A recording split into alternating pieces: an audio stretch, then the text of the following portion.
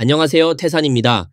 최근 정주 폭스콘 공장이 매우 한산하다는 소식이 퍼지고 있습니다. 상업 지구는 텅 비어있고 일부에서는 사람들이 이미 떠난 것이 아니냐는 의혹까지 제기되고 있습니다. 또한 심천 폭스콘에서는 생산 라인을 철거하고 있다는 소문도 돌고 있습니다. 도대체 폭스콘에는 무슨 일이 일어난 걸까요? 정말 이렇게 끝나버리는 걸까요? 그리고 이는 비단 폭스콘만의 문제가 아닙니다. 소주, 군산, 동관 등지의 공장들 또한 올해는 신입사원을 채용하지 않거나 심지어 장기간 근무한 직원들까지 해고하고 있다는 소식이 전해지고 있습니다. 최근 호남성 형양 백사주 공업원구에서 한때 밤낮 없이 불이 켜지고 기계가 멈추지 않던 공장 폭스콘 자회사인 홍부금정밀공업이 지난 9월 30일자로 정식 가동 중단에 들어갔습니다. 회사 측은 향후 주문량이 정상 운영을 유지할 수준에 미치지 못한다는 점을 이유로 들었습니다. 이 거대 제조기업은 전성기 때 3만 명 넘는 노동자를 고용하고 연간 200억 위안에 달하는 생산 규모를 자랑해왔습니다.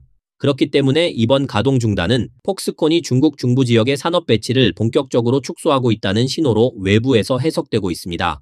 하지만 이는 단지 한 기업의 결정에 그치지 않습니다. 외자 기업의 대탈출을 보여주는 축소판입니다. 남령에서 형양, 동관에서 곤산까지 중국 주요 제조 거점 곳곳에서 외자 공장의 폐쇄와 철수가 잇따르고 있으며 과거 중국 수출 기적을 떠받쳤던 이른바 세 개의 공장은 지금 구조적 충격의 한가운데에 서 있는 상황입니다. 특히 전자산업의 경우 상황이 더 뚜렷합니다. 전자공장의 작업 강도는 합리적이고 임금 수준도 비교적 높다는 점에서 많은 젊은 노동자들이 폭스콘이나 광달 같은 대만계 기업을 선호해왔습니다. 실제로 한 네티즌은 폭스콘은 임금을 밀리지 않는다. 야근하면 야근 수당도 꼬박꼬박 준다고 증언할 정도였습니다.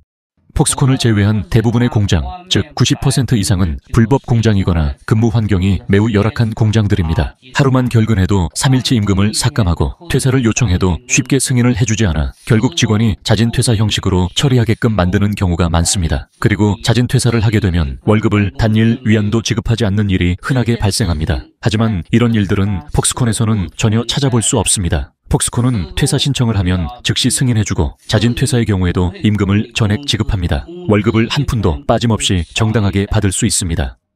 여러분, 지금 폭스콘 면접 장소에 온 사람들이 정말 많습니다. 한번 줄을 보세요. 얼마나 길게 줄이 늘어서 있는지요. 정말 세상에 오늘 이곳에만도 최소 10,000명은 넘는 것 같습니다. 와, 저쪽에도 전부 사람이 가득하네요. 지금 이 순간에도 계속해서 사람들이 이쪽으로 이동하고 있습니다. 다행히 저는 조금 일찍 도착해서 비교적 빨리 절차를 마칠 수 있었습니다. 여러분, 줄이 어디까지 이어졌는지 한번 보시겠습니까? 와, 여기까지 이어졌습니다. 여러분께 보여드리겠습니다. 이곳이 저희 폭스콘 기숙사입니다. 오늘은 기숙사를 옮겼는데요. 4층에서 16층으로 옮기느라 정말 힘들었습니다. 저희는 이제 이 방에서 지내게 되었습니다. 에어컨도 설치되어 있고 온수기도 있으며 발코니도 있습니다. 엘리베이터도 있어서 이동이 훨씬 편해졌습니다. 기숙사는 4층에서 16층으로 옮겼고요. 이쪽에는 주방도 하나 마련되어 있습니다. 공장 구역까지는 걸어서 약 10분 정도면 정문에 도착할 수 있습니다. 폭스콘은 호남성 형양에서 철수한 것에 그치지 않았습니다. 이미 지난해 이 기업은 하남성 정주에서도 생산 라인을 철수해 베트남과 인도 등 다른 국가로 이전했습니다.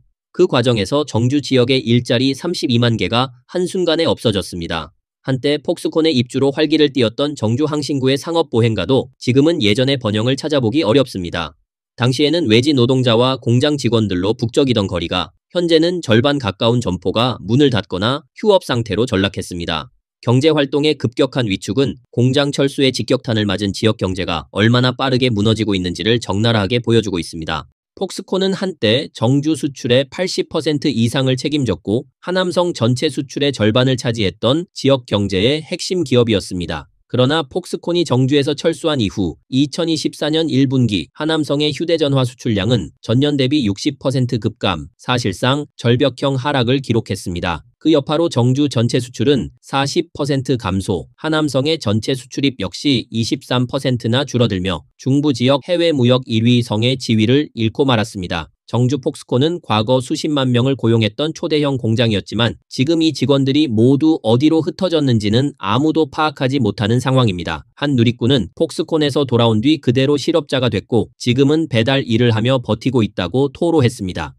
이곳은 남영사정에 위치한 폭스콘 공장으로 2012년 대만 기업인 곽대명 씨가 설립한 곳입니다. 부지 면적은 약 2,000무, 약 133만 제곱미터에 달하며 총 63억 위안이 투입되어 조성된 대규모 공장입니다. 광서성 지역에서는 한때 근로자 수가 가장 많았던 공장이기도 합니다. 전성기에는 약 2만 명의 직원이 근무했으며 하루 평균 3.6톤의 쌀, 돼지 30여 마리, 2.6톤의 채소, 그리고 6만 개가 넘는 계란이 소비될 정도로 규모가 컸습니다. 이곳에서는 주로 애플 제품의 하청 생산을 담당해 왔습니다. 하지만 최근 폭스콘이 사업 전략을 조정하면서 베트남과 인도 등지로 생산 기지를 점차 이전하게 되었고 현재 이 공장에는 20명도 채 되지 않는 인원만 남아있는 상황입니다.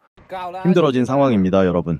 폭스콘에 와서 나사라도 조여보려고 했는데 지금은 아예 문조차 열리지 않습니다. 남영에는 도일 나사 일자리도 남아있지 않네요. 예전에는 이 길을 제가 정말 수없이 걸어 다녔습니다. 지금 모습이 어떤지 여러분께 한번 보여드릴게요. 이 문, 폭스콘에서 근무하셨던 분들이라면 누구나 익숙하실 겁니다. 이 길은 기숙사 방향인데요. 보시다시피 예전에는 사람들 왕래가 잦아 바닥이 반질반질했는데 지금은 사용되지 않아 녹이 가득 쓸어 있습니다. 뭐라고요? 소처럼 말처럼 부려먹히던 불쌍한 직원들이 곧 해고된다고요. 여러분, 지금 제가 직접 보여드리겠습니다. 현재 저는 무한 폭스콘 CAA 부서에 나와 있습니다. 보시는 것처럼 지금 작업장 안에 있던 기계들이 전부 외부로 옮겨지고 있습니다. 이미 절반 정도는 옮겨졌습니다. 이 기계들은 전부 공주 폭스콘으로 이전될 예정입니다. 이게 무슨 뜻이냐면 제가 있는 무한 CAA 부서가 해체된다는 의미입니다. 제 예상으로는 앞으로 한 달, 길어도 한 달 안에 모든 장비가 이전되고 부서도 완전히 정리될 것으로 보입니다.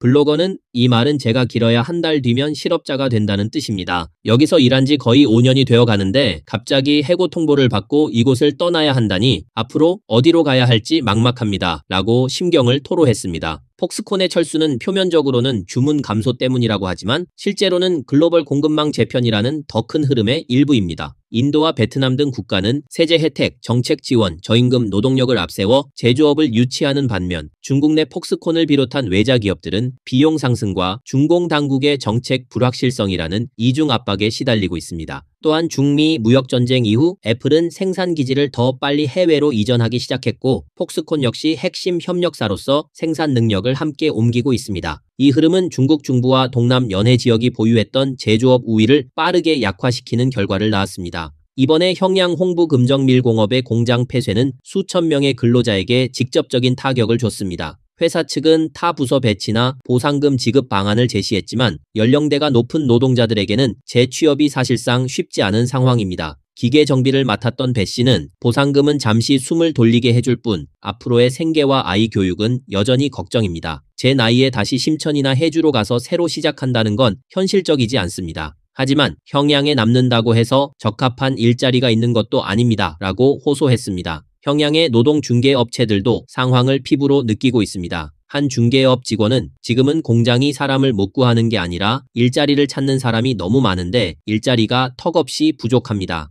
홍부금 같은 대형 공장도 버티지 못했는데 중소기업들은 더 말할 것도 없습니다라고 현실을 전했습니다. 올해는 정말 가장 어려운 해입니다. 국제적인 대외 환경의 영향으로 인해 일본 도시바가 중국 내 33개 기업을 긴급히 철수시키면서 무려 40만 명이 일자리를 잃었습니다. 상해, 심천, 광동, 동관 지역에서는 60만 명 이상이 여전히 일자리를 찾지 못하고 있습니다. 심지어 애플의 하청 공장들조차 지금은 주문을 받지 못하는 상황입니다. 여러분 혹시 기억하시나요? 작년에는 고올이라는 기업이 하룻밤 사이에 2만 명을 해고하기도 했습니다. 현재 전국적으로 460만 개에 달하는 가공 공장들이 주문이 없어 아우성치고 있습니다. 지금은 중국 역사상 최대 규모의 실업 위기가 도래한 상황입니다. 이 블로거는 마이크로소프트에서 8년 넘게 근무한 베테랑 직원이었으나 최근 해고를 당했습니다. 이날은 제가 마이크로소프트에서 보낸 마지막 날이었습니다. 7월 4일 아침 저희는 해고 통지를 받았습니다. 수백 명이 참석한 팀스 회의에서 인공지능이 차가운 문장으로 그 잔혹한 사실을 전달했습니다. 귀하의 직위는 종료되었습니다.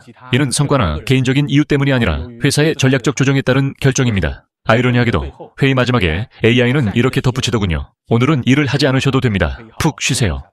블로거는 이번 해고는 이미 예견된 일이었다고 말합니다. 2년 전부터 마이크로소프트 CSS팀은 중국 내에서 거의 신규 채용을 하지 않았고 퇴직자가 생겨도 해당 자리를 다시 중국에서 채우지 않고 일본이나 호주로 전환해 왔다는 겁니다. 그는 그때부터 마이크로소프트가 중국에 대한 투자를 점차 줄이고 있다는 것을 어렴풋이 감지했다고 합니다. 다만 본사는 아마 자연스러운 인력 이탈과 팀 규모 축소를 기다렸다가 해고를 단행할 줄 알았지만 예상보다 너무 갑작스럽게 해고가 진행돼 충격이었다고 전했습니다. 이번 구조조정에서 어떤 팀은 절반이 해고되었고 어떤 팀은 무려 75%까지 줄었으며 블로거가 속한 팀은 매니저를 포함해 팀 전체가 통째로 해고되었습니다. 그는 자신들의 업무가 인증과 관련된 분야였기 때문에 미국 고객의 정보에 접근하기 쉬운 부서라 더 민감하게 처리되었고 그래서 전체 팀이 정리된 것 같다고 추측합니다. 해고 통보를 받은 뒤 많은 동료들은 즉시 새로운 일자리를 찾기 시작했지만 그는 잠시 쉬면서 그동안 도전해보지 않았던 새로운 분야에 도전해볼 생각이라고 전했습니다.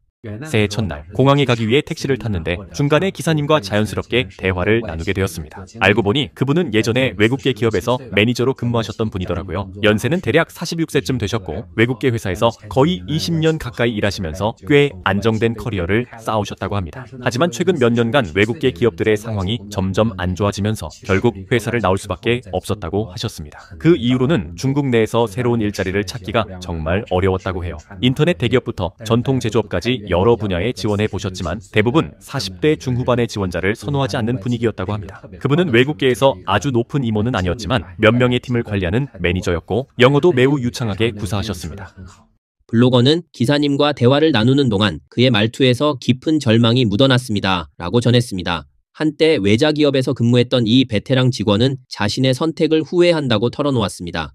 10여 년 전 그의 동료들 상당수는 이미 외국계 기업을 떠나 중국 기업으로 옮겼습니다. 그들은 오래전부터 외자 기업의 중국 내 성장 한계를 감지하고 있었기 때문입니다. 그렇게 회사를 옮긴 사람들 중 일부는 지금 총괄이사, 심지어 부사장 자리까지 올라섰습니다. 그러나 그는 남는 선택을 했고 그 결과 20년을 한 회사에 머물렀다가 올해 해고를 통보받았습니다. 이제 다시 일자리를 찾으려 하지만 현실은 그리 녹록지 않습니다. 그는 이렇게 말했습니다. 이 나이에 모험을 할 수가 없습니다. 창업 같은 건 더더욱 생각할 수 없고요. 집에는 부모님도 계시고 아이도 있어서 책임이 너무 큽니다. 앞날을 생각하면 솔직히 조금은 절망스럽습니다. 최근 들어 함께 상해에서 열심히 살아가던 많은 친구들이 하나둘씩 이 도시를 떠나고 있습니다. 10년 전 우리가 처음 상해에 왔을 때만 해도 모두가 자신감에 차 있었고 이곳에서 자신만의 세상을 만들어 보겠다는 각오로 가득했습니다. 2013년 당시의 상해는 정말 기회의 땅처럼 느껴졌습니다. 돈을 벌고 싶기만 하면, 노력만 하면 뭐든 이룰 수 있을 것 같은 곳이었죠. 그 시절 우리는 매주 함께 모여 밥을 먹고 수다를 떨며 몇 년 후엔 어떤 삶을 살고 있을지 기대에 부풀어 이야기하곤 했습니다. 당시 우리의 마음속에는 인생은 앞으로 분명 더 나아질 것이라는 믿음이 있었고 우리는 당연히 이 도시에 남아있을 것이라는 확신도 있었습니다. 블로거는 시간이 흐르면서 주변 친구들의 삶의 속도가 점점 달라졌다고 털어놓았습니다.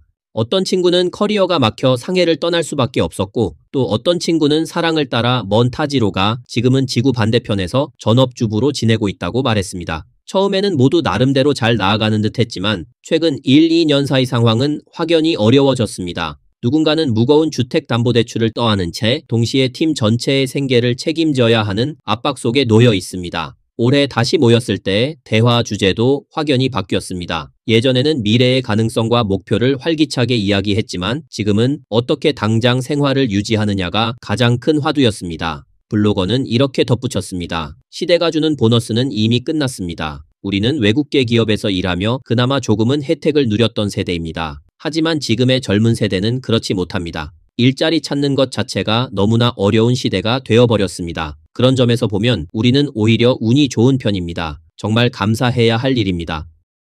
뉴스 보셨죠? 10,000명 규모의 외국계 대기업이 하루아침에 사라졌습니다. 동관 송산회에 위치한 캐나다의 다국적 전자제조 서비스 기업인 태농 테크놀로지는 7월 1일 공식적으로 해산을 발표하며 전 직원과의 노동계약을 종료했습니다. 이 회사는 2004년에 설립된 대표적인 외자 IT 기업으로 한때는 세계 10위 안에 들 만큼 명성을 떨쳤고 복지와 대우도 업계 최고 수준이라 수많은 근로자들이 꿈꾸던 신의 직장으로 불렸습니다. 특히 장애인 채용을 꾸준히 이어온 기업으로 업계 내 평판도 매우 좋았습니다. 가장 존경스러운 점은 해산 과정에서도 회사를 떠나는 직원들의 존엄을 끝까지 지켜줬다는 점입니다. 퇴직 보상은 법정 기준보다 3개월치를 더해 N+3으로 지급했고 1위안도 빠짐없이 전액 지급했다고 합니다. 정말 생각지도 못했지만 스타벅스마저 중국에서 철수를 고려하고 있다고 합니다. 북미 지역에서는 이미 900명을 해고하고 수백 개의 매장을 폐쇄했으며 직원 퇴직 보상으로 무려 50억 달러를 책정했다고 합니다.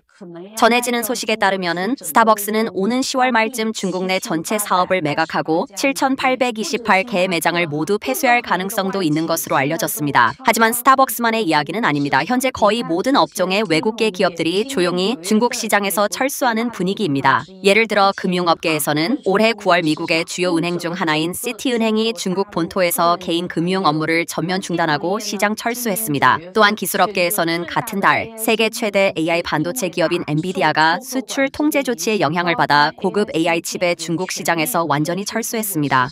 외국계 기업들이 대거 철수해 인도와 베트남으로 생산 거점을 옮기고 있는 상황은 당연히 중국 내 대규모 실업 사태를 불러올 수밖에 없습니다. 고용시장에 미치는 영향은 피할 수 없는 현실이며 이는 누구도 부정할 수 없는 사실입니다. 하지만 일부 전문가들은 마치 아무 일도 없는 것처럼 영향은 미미하다고 말합니다. 이런 태도는 현실을 외면하는 눈 가리고 아웅하는 것일 뿐입니다. 앞으로 이 변화가 얼마나 큰 충격을 불러올지는 결국 국내가 이를 얼마나 빠르게 흡수하고 효과적으로 대응하느냐에 달려 있습니다. 사실 외국 자본이 중국 경제에 기여하는 정도는 우리가 생각하는 것보다 훨씬 큽니다. 그들은 전국 연구개발 투자액의 5분의 1, 산업 생산의 4분의 1, 대외 무역의 3분의 1을 책임지고 있습니다. 따라서 중국을 떠난 외국 기업들이 가져간 것은 단지 자본만이 아닙니다. 공장, 연구개발 기관, 공급망 체계까지 함께 빠져나간 것입니다. 그리고 이 모든 것은 수익을 창출할 수 있는 일자리이기도 합니다. 우리가 떠나보낸 건 단순한 경쟁자가 아니라 어쩌면 우리의 미래 성장 가능성 그 자체였는지도 모릅니다. 오늘 영상은 여기까지입니다. 시청해주셔서 감사합니다.